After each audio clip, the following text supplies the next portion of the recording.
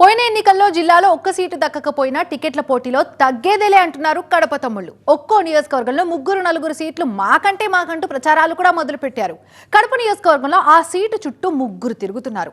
అధిష్టానం ఇన్ఛార్జిని మార్చి కీలక నేత సతీమణికి బాధ్యతలు ఇచ్చినా ఆ సీట్పై మాత్రం ఆశలు ఎదుర్కోలేదు కడప టీడీపీ నేతలు.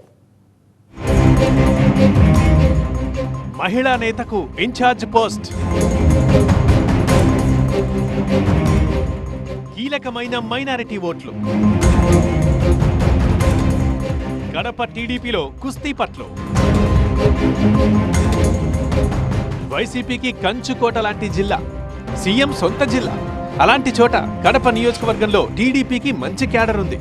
కానీ నాయకత్వ లోపమే అక్కడ విపక్ష పార్టీకి శాపమవుతోంది.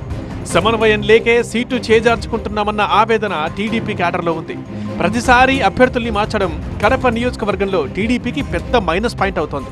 కేవలం అందరినీ కలుపుకుని పోయే నాయకత్వం లేకే 10 ఏళ్లుగా సీటు కోల్పోతున్నామంటున్నారు కడప నియోజకవర్గ తమ్ముళ్ళు.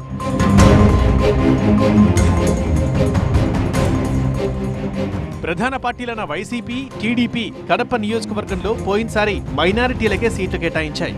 అయితే వచ్చే ఎన్నికల్లో కీలకమైన ఆ సీటుని రెడ్డి సామాజిక వర్గానికి ఇవ్వాలన్న నిర్ణయానికి వచ్చింది టీడీపీ.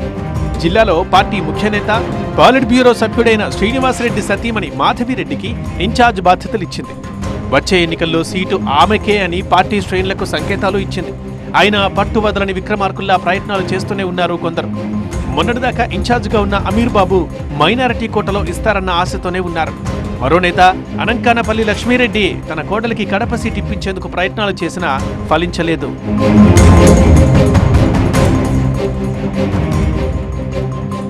ఇప్పుడున్న పరిస్థితుల్లో కడప నియోజకవర్గంలో ఈసారి గెలవకపోతే జిల్లాలో రాజకీయంగా మనుగడ కష్టమనుకుంటోంది టీడీపీ.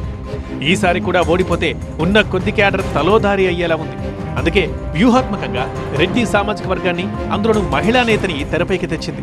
ఆర్థికంగా కూడా బలంగా ఉన్న శ్రీనివాసరెడ్డి సతీమణి అయితే కడపలో నెగ్గుకు రాగలరన్న ఆలోచనతో టీడీపీ అధిష్టానం ఉంది.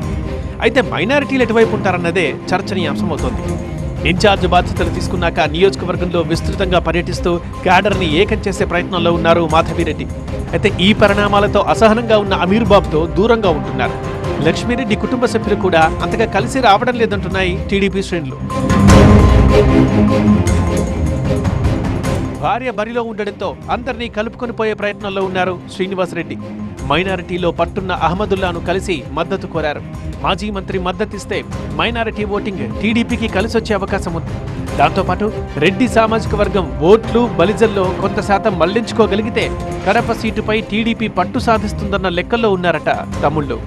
నేతలందరినీ కలుపుకొని పోగలిగితేనే కడపలో పార్టీకి ఛాన్స్ ఉంటుందన్నది అందరి నోట బలంగా వినిపిస్తున్న మాట. ఎలాగైనా గెలవాలని టీడీపీ అధినేత ఈసారి అభ్యర్థిని మార్చినా స్థానిక నేతలంతా కలిసొస్తారా, లేదంటే పంతాలే ముఖ్యమనుకుంటారా అన్నదానిపైనే కడప నియోజకవర్గంలో టీడీపీ భవిష్యత్తు ఆధారపడి ఉంది.